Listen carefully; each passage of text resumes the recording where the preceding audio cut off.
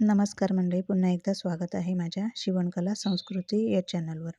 इथे हा काठपदर साडीचा ब्लाऊज डिझाईन करून दाखवणार आहे.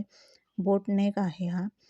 इथे एका साईडलाच काठ होता आणि त्यात काठ अगदीच छोटा असल्यामुळे फक्त तो हाताला पुरला.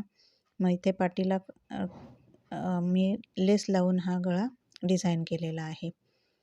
इथे बोटनेक पद्धतीचा हा गळा आहे.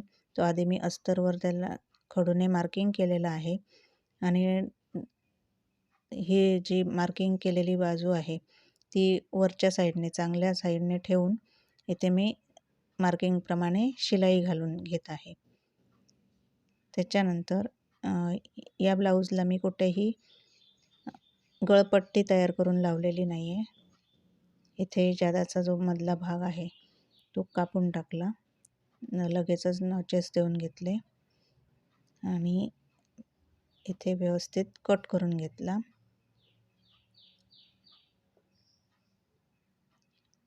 आणि जिथे कट्स द्यायचे आहे तिथे व्यवस्थित कॉर्नरला कट देऊन घ्यायचे आणि गळा पलटवायचा. गळा पलटवताना इथे टोकदार वस्तूचा जसं की सुई किंवा तीर किंवा छोटी सुई असते विणकामाची, त्याचा वापर करून आपण इथे हा गळा पलटवू शकतो. इथे मी तीराचा वापर केलेला आहे, छत्रीचा जो तीर असतो त्याचा. त्याच्यानंतर इथे आपण असा गळा शिवून इथे इस्त्री देखील करू शकतो. त्याच्यानंतर मी इथे व्यवस्थित दाब शिलाई देऊन घेत आहे. दाब शिलाईनंतर आपल्याला इथे वर लेस लावायची आहे. साधा सोपा सुंदर असा बोटनेक प्रकारचा ब्लाऊज इथे तयार होणार आहे. याच्यानंतर मी लगेचच साईडने सुद्धा शिलाई देऊन घेतली, जेणेकरून अस्तर निघू नये म्हणून.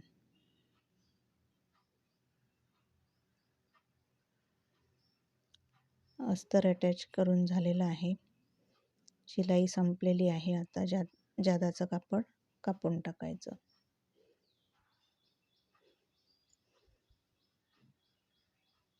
हे झालं की नेहमीप्रमाणे टक्स मार्किंग, 4.5 इंचाचा टक्स इथे डबल शिलाई करून घ्यायचं आहे.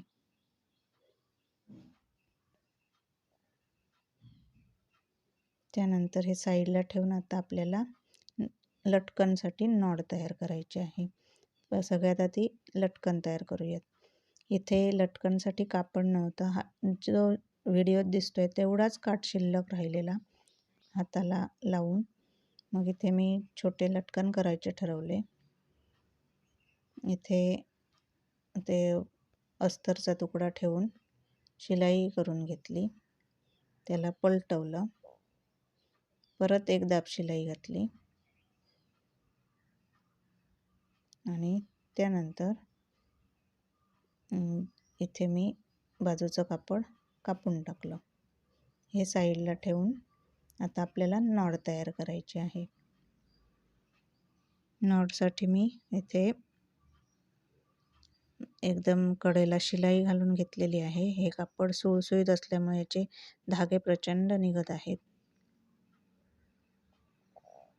त्यानंतर तीराचा वापर करून मी इथे ती नॉट परतवून घेणार आहे.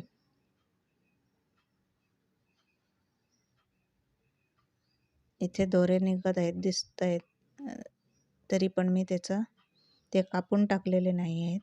कापून टाकले की आणखी निघतात दोरे, त्याच्यामुळे मी कधीही कापून टाकत नाही ते दोरे. त्याच्यानंतर इथे तयार केलेला जो लटकनचा भाग होता तो अटॅच करून इथे एक लटकन तयार केलेला आहे मी. दुसराही तसाच तयार करून घेतला. इथे आता मी तो आधी जोडून घेऊया, म्हणजे वर आपल्याला लेस लावणं सोपं होईल. इथे कुठेही आपली शिलाई दिसणार नाही आहे, त्यामुळे जरा वाकडी आली किंवा कशीही घातली तरी चालून जाऊ शकते. यानंतर लेस घेतले मी मॅचिंग आणि नंतर साईडने शिलाई द्यायला सुरुवात केली. कॉर्नरला जराशी दुमडायची किंवा चून घ्यायची आणि व्यवस्थित अगदी लेस लावून घ्यायची. साधी सोपी आणि पटकन होणारी अशी ब्लाऊज डिझाईन आहे.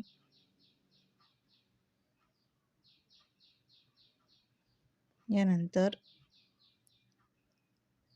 या लेस लावून झाल्यानंतर मी दुसऱ्या साईडने परत एकदा त्याला शिलाई देऊन घेणार आहे.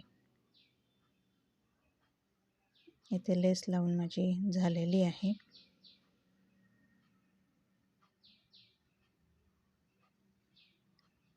इथे जरा वेळ लागला शिलाई द्यायला, कारण लटकनमुळे जाड कापड झालेलं होतं. अशा प्रकारे ब्लाऊज डिझाईन तयार झालेली आहे. व्हिडिओ पाहिल्याबद्दल धन्यवाद.